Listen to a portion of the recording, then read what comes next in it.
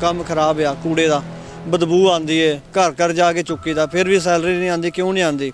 कि हमारी वजह से कोई परेशान हो, जनता की परेशानी का हमें पूरा ख्याल है। हमें पता है कूड़ा कचरा ज़्यादा दिन तक घर में नहीं रोक सकते, लेकिन क्या करें, हमारी भी मजबूरी है। हम राशन नहीं खा पा रहे, हम उधार ले लेके थक चुके हैं। हमको हमारी सैलरी मिलेगी तभी जाके हम काम करेंगे, वैसे अदरवाइज नहीं करेंगे। एसडी साहब ने कहा अभी मेरी एसडी से बात हुई है, एसडी साहब ये कह रहे हैं अभी जो काम कर रहे हैं काम कर जाने दो, नहीं वकील छुट्टी पर।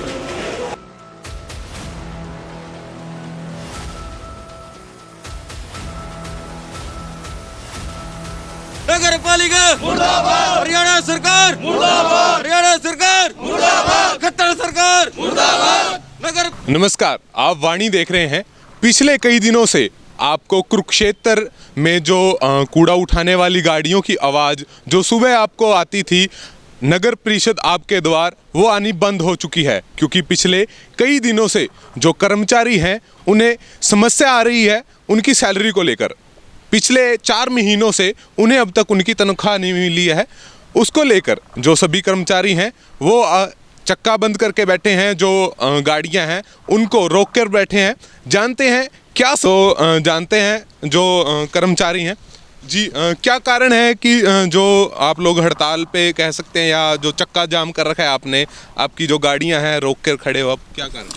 सर, हमारी 4 महीने से सैलरी हमारे पास नहीं आ रही है। हमारा परिवार और हम बहुत दुखी हैं इस चीज़ से, और हमारा है ना घर परिवार चलाना बहुत मुश्किल हो चुका है। हमने बार बार उनके कमेटी से और बार बार अपने हर जगह से हमने रिक्वेस्ट कर चुके हैं हमें हमारे सैलरी दो, लेकिन वो हमसे हर बार 2 दिन का टाइम लेके चले जाते हैं। बोलते हैं 2 दिन में आपकी सैलरी आ जाएगी, लेकिन हमारे पास कोई सैलरी नहीं आती। इसलिए मजबूरनवश हमने यहाँ पर अपना चक्का जाम करके हम अपनी जो है अपना सैलरी लेना चाहते हैं अपना। तब तक हम अपनी गाड़ी नहीं चलाएंगे तब जब तक हमारी सैलरी नहीं मिलेगी। सर, जो 4 महीने से आप बता रहे हैं कि आपकी सैलरी नहीं आई, घर का गुजारा खर्चा किस प्रकार से? घर का खर्चा सर हम ऐसे हैं उधार लेके ब्याज पे लेके अपना खर्चा चला रहे हैं, लेकिन अब तो हमारे को उधार देने वाला और ब्याज पर देने वाला भी मना कर चुका है। हमारा है ना घर के बच्चे है ना जो पढ़ाई के लिए बहुत ही मतलब अब हम उनकी फ़ीस भी नहीं भर चुके हैं और वो घर पे ही बैठे हैं। हमारा राशन वो भी बंद हो चुका है। किराने वाले ने बोल दिया जब पहला उधार दोगे तभी आगे किराना आपको राशन मिलेगा, इसीलिए हमारे को राशन भी नहीं मिल रहा। हम है ना अभी हमारे पास कोई साधन नहीं है। अब अगर हमारे पास पैसे होंगे तब हम उनका कर चुकाएंगे, तभी हमारे को राशन मिलेगा। इसीलिए हमारे को मजबूरनवश ये चक्का जाम करना पड़ा है, और हम तभी अपना काम शुरू करेंगे जब हमारे को हमारी सैलरी मिलेगी। सर, हम हर जगह अपनी गुजारिश करके थक चुके हैं। हमारे को हर बार यही बोला जाता है कि 2 दिन में आपकी सैलरी आ जाएगी, लेकिन हमारे पास कोई सैलरी नहीं आती। 2 दिन के बाद 4 दिन हो गया, पूरा महीना हो गया, महीने बाद हमने जाके ये कदम उठाया है। अब हमारे बच्चे भूखे मर रहे हैं, हमारा कोई आसरा नहीं है। अब हम ही आपसे सरकार से गुजारिश करते हैं हमारी प्लीज़ सैलरी दी जाए, ताकि हम अपना काम बिल्कुल अपना सही तरीके उठ के घर घर जाकर कचरा उठा कर लाते हो। आप लोगों की ही सैलरी टाइम से नहीं आ रही, तो क्या कारण मानते हैं? प्रशासन की ढील है जी। प्रशासन हमारी तनख्वाह टाइम पे दे तो हमारा सारा गुजारा भी काम भी जिसका लेना देना वो भी हो। हम मंगलवार को डीसी साहब की कोठी पे भी गए थे, वहाँ से भी हमारे को 2 दिन का आश्वासन मिला था। 2 दिन का आश्वासन वो 2 दिन भी ख़त्म हो गए। आज फिर अफसरों की सवेरे आए थे, वो भी कहने लगे सोमवार तक तुम्हारी सैलरी आ जाएगी। पिछले 15 दिन 20 दिन पहले भी आए थे, जब कह रहे थे 2 दिन के बाद आ जाएगी, अब तक वो 2 दिन नहीं आ रही हमारी। बताओ हम कहाँ जाएं, हमारे बच्चे कहाँ जाएं? हर घर में हर परिवार में बच्चा बीमार है, दवाई दिलवाने के पैसे नहीं जेब में, खाने की तो छोड़ो दवाई दिलवाने के पैसे नहीं है। हम भी मजबूर होकर ना आज ये कदम उठाया कि भाई हम अपना चक्का जाम कर दें। बाइकों में तेल नहीं है, लोगों से मांग के भी छक लिए, और इससे हमारी बदतर हालत क्या होगी? जब कबाड़े की नौकरी करके भी हमें टाइम पर नहीं मिलेगा तो फिर इससे बदतर क्या होगा? जो कूड़ा उठाने का काम है सबसे बहुत मुश्किल काम है, सबसे कठिन काम है। कूड़ा घर घर से इकट्ठा करके डंपिंग साइट पर जाके फेंकना, ये नौकरी करते हुए भी सैलरी नहीं मिल रही, क्या कहना? सर, पहली बात तो ये है कि हमारी सैलरी के मुताबिक कभी हम अफसर के पास जाते हैं, कभी कहीं जाते हैं, कभी कहीं जाते हैं। आश्वासन यही देता है भाई मान ले 2 दिन में सैलरी आ जाएगी, और हर बार का यही काम है हमारे को, मतलब 5 साढ़े 5 साल लगे हो गए, हर बार स्ट्राइक करके मतलब सैलरी मिलती है। मतलब हर बार चांस यही होता है भी स्ट्राइक करो फिर सैलरी मिलेगी। मतलब इनको ये नहीं होता भी मतलब इतना गंदा काम करने के बावजूद भी इनको काम मतलब टाइम पे सैलरी दे दो। उसके बाद मतलब उधार किस किस से मांगे, किराना वालों से, दूध वालों से, बच्चों की फ़ीस जमा करनी है, ट्यूशन की फ़ीस बच्चे जमा करनी है, कहाँ से दें, किस को किससे लें। मतलब हमारा आश्वासन तो बताओ भी मतलब गलती क्या है हमारी। हम काम कर रहे हैं, हम अपना काम करने के बाद भी मांग नहीं सकते तो फिर तो छोड़ने का फ़ायदा ही है।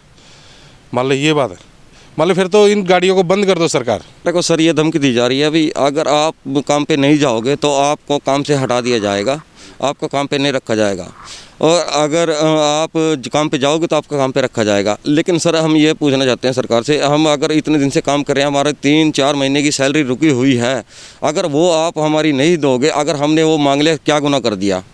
हमारी है ना 2020 की भी सैलरी रुकी है सर। जर्नल सैनी पे हमने स्वीपर में काम किया हुआ है सर, हम हेल्पर कम स्वीपर हैं सर।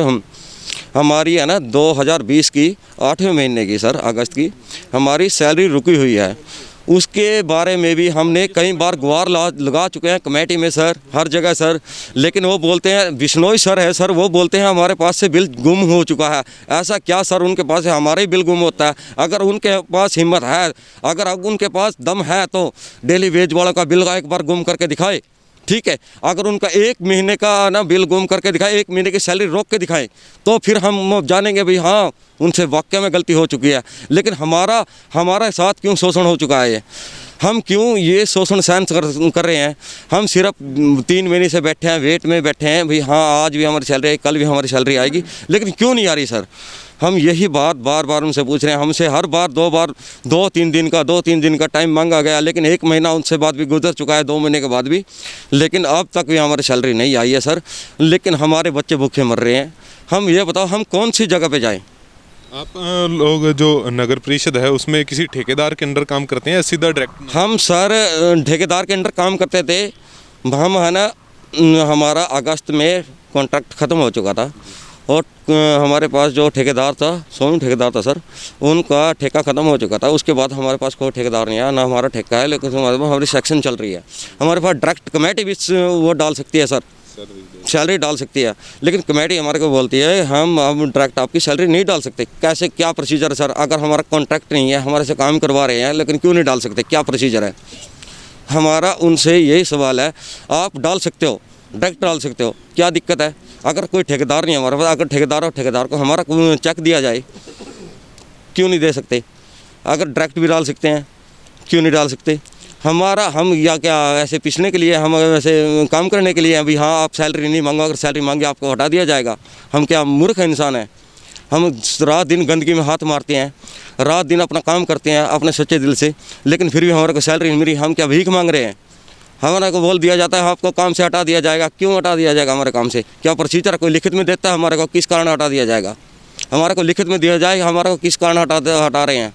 बस हमारे से सरकार से गुजारिश है, हमारी सैलरी दी जाए, हम प्रॉपर काम करेंगे सर। Thank you. जी क्या कारण है जो सैलरी नहीं इनको दी जा रही, इसके पीछे क्या कारण? इनके पीछे ऐसा है, पहले तो इनकी सैंक्शन नहीं थी जी। अब सैंक्शन वाले आ गई इनकी।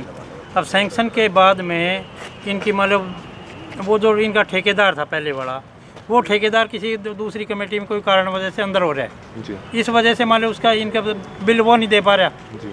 अब नए ठेकेदार के थ्रू कोई करना है तो उसके लिए सैंक्शन के लिए वो फाइल जारी है। पिछले 6 दिनों से कुरुक्षेत्र के सभी घरों में कचरा पड़ा हुआ है, उसके बारे में क्या कहना चाहेंगे कि लोग परेशान हैं? कितने दिन से? 6 दिनों से। आज 6 दिनों से। बिल्कुल ठीक बात है आपकी। पीछे बारिश आने से रास्ता खराब हो गया था वहाँ जी, डंपिंग साइड पे, ठीक है। इस वजह से डंपिंग ये सारे डंपर यहाँ भरे हुए खड़े रहे।